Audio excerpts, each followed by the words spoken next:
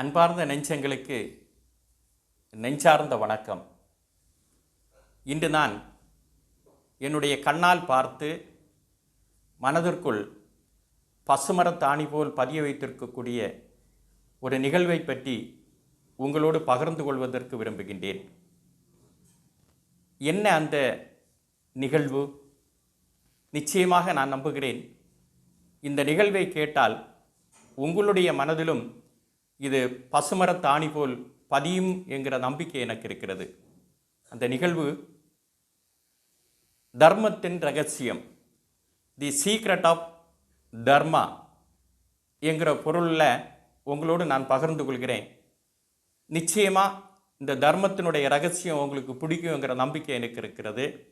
Like பண்ணுங்கள், share பண்ணுங்கள், comment கொடுங்க, சப்ஸ்கிரைப் பண்ணி பக்கத்தில் இருக்கக்கூடிய பெல் ஐக்கானை எனேபிள் பண்ணுங்கன்னு கேட்டுட்டு, இதோ நான் பார்த்த காட்சி என்னங்கிறத உங்களோட சொல்கிறதுக்கு விரும்புகிறேன். கன்னியாகுமரியில் ஒரு நாளைக்கு ஒரு முகாமில் கலந்துகிறதுக்கான வாய்ப்பு கிடைச்சிது. முகாமுக்கு முந்தின நாளே நான் அங்கே போயிட்டேன். கன்னியாகுமரியில் போய் ஒரு விடுதியில் தங்கியிருக்கிறேன். மறுநாளைக்கு காலையில் எழும்பி அந்த விடுதிக்கு வராண்டாவில் உட்கார்ந்துருக்கிறேன்.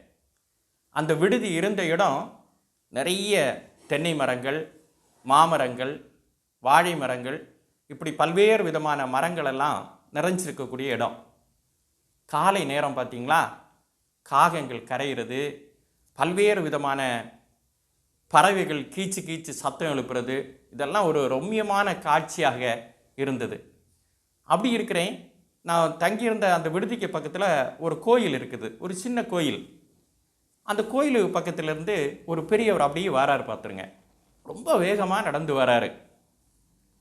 ஒரு 80 வயசு மதிக்கத்தக்க பெரியவர்.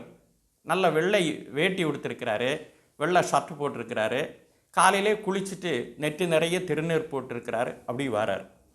நான் தங்கியிருந்த அந்த விடுதிக்கு வெளியே என்ன வச்சுருக்கிறாங்கன்னா, அந்த வேஸ்டெல்லாம் போடுறதுக்கு ஒரு குப்பை தொட்டி மாதிரி ஒன்று வச்சுருந்தாங்க. இவர் வேகமாக நடந்து வந்தவரை அந்த குப்பை தொட்டிக்கெல்லாம் பக்கத்துக்கு வராரு. நான் என்னுடைய கவனத்தை எல்லாம் அவருக்கு மேலேயே செலுத்துகிறேன்.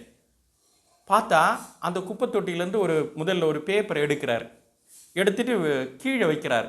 வச்சுட்டு அந்த உள்ளே இருக்கக்கூடிய வேஸ்ட்டு, தலைநாள் ஆட்கள் சாப்பிட்டுட்டு போட்டிருக்கக்கூடிய வேஸ்ட்டு, அதில் இருக்கக்கூடிய அந்த உணவுகளை எல்லாம் ஒவ்வொரு பார்சலாக எடுத்து பிரித்து அதுக்குள்ளே இந்த பேப்பரில் வைக்கிறார்.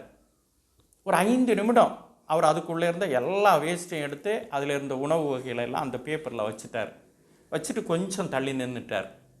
உடனே கொஞ்சம் காகங்கள் வருது, கூட்டமாக இவர் வச்சுருந்த அந்த உணவுகளை எல்லாம் சாப்பிடுது. பார்த்துருங்க, அது சாப்பிட்டுட்டு போயிட்டுது. கொஞ்ச நேரம் கழிச்சதும் ஒரு 3-4 நாய்கள் வருது. அந்த நாய்களும் அதை சாப்பிடுது. மீதி இருந்ததெல்லாம் அவங்களுடைய இயல்பான குணத்திலேயே மாறி சண்டை போடுறது மாதிரி சாப்பிட்றாங்க. சாப்பிட்டுட்டு அந்த நாய்களும் போகுது. அப்புறம் திருப்பியும் அந்த பெரியவரை அந்த குப்பை தொட்டிக்கு பக்கத்தில் அது வெளியே அவர் எடுத்து போட்டிருந்த பேப்பரை எடுத்து உள்ளே போடுறாரு. போட்டுட்டு கையில் ஒரு சின்ன பார்சல் மட்டும் வச்சுருக்கிறாரு. கொஞ்சம் தள்ளி ஒரு 3-4 மரங்கள் நிற்குது. அந்த மரத்துக்கு மூட்டில் போய் ஏதோ தூற்றுறது மாதிரி இருந்தது. அந்த மரத்து மூடு சுற்றி பார்த்தாச்சுன்னா அது ஒரு பிஸ்கெட்டு கவர். அந்த பிஸ்கெட்டை எடுத்து என்ன செய்கிறாருன்னா அந்த மரத்துக்கு மூட்டில் தூற்றுறாரு. அது எதுக்கு? அந்த மரத்தை சுற்றி எறும்பு புட்டு இருக்குது, அந்த எறும்புகளுக்கு இந்த பிஸ்கெட்டை உணவாக போடுறாரு. பார்த்துருங்க, எனக்கு ரொம்ப ஆச்சரியமாக இருந்தது. அவர் போட்டுட்டு திரும்பி போயிட்டார். திருப்பியும் வேகமாக போகிறார். நான் பக்கத்தில் இருக்கக்கூடிய ஒருத்தர்கிட்ட கேட்குறேன். அவர் அந்த விடுதியில் வேலை செய்யக்கூடியவர். இந்த பெரியவர் யார், இதெல்லாம் ஏன் இப்படி நீங்கள் போட்டிருக்கக்கூடிய வேஸ்ட் எல்லாம் எடுத்து இப்படி வைக்கிறார் அப்படின்னு கேட்டாச்சுன்னா அவர் சொல்கிறாரு, இவருக்கு வீடு கிடையாது, சொந்தமாக நிலம் கிடையாது, எதுவுமே கிடையாது. நீண்ட நெடுங்காலமாக இந்த பக்கத்தில் இருக்கக்கூடிய இந்த கோயிலில் தான் அவர் தங்கியிருக்கிறாரு.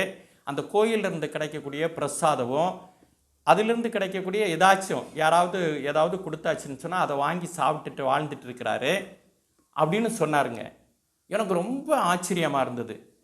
நம்ம ஊருக்குள்ளே ஒரு பழமொழி சொல்லுவோம் பார்த்திங்களா, சில ஆட்களை பார்த்துட்டு சொல்லுவோம், அறுத்த கைக்கு உப்பு வைக்காதவன், எச்சில் கையை காக்காவுக்கு முன்னாடி கூட உதறாதவன் அப்படின்னெல்லாம் சொல்லுவோம். சிலவங்க வந்து நம்மகிட்ட தர்மம் கேட்பாங்க, அம்மா தாயே தர்மம் கொடுங்க அப்படின்னு கேட்பாங்க.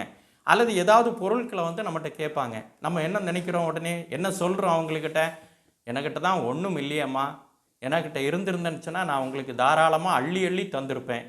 இருக்கக்கூடியவங்களுக்கு கொடுக்கறதுக்கு மனசு இல்லை, கொடுக்கக்கூடியவங்களுக்கு எதுவுமே கடவுள் கொடுத்து வைக்கலை அப்படின்னு சொல்லி சமாளிக்கக்கூடியதை நம்முடைய நாட்டினுடைய பழக்கமாச்சு. எல்லாரும் இதைத்தான் சொல்கிறாங்க. ஒன்று மட்டும் புரிஞ்சுக்கிடுங்க, மனம் என்கிற ஒன்று இருந்தாச்சுன்னு சொன்னால் மார்க்கம்ங்கிறது தானே வரும்ங்கிறது சொல்லுவாங்க பார்த்தீங்களா. இந்த மனுஷனுக்கு, இந்த பெரியவருக்கு மனசு இருக்குதுங்க.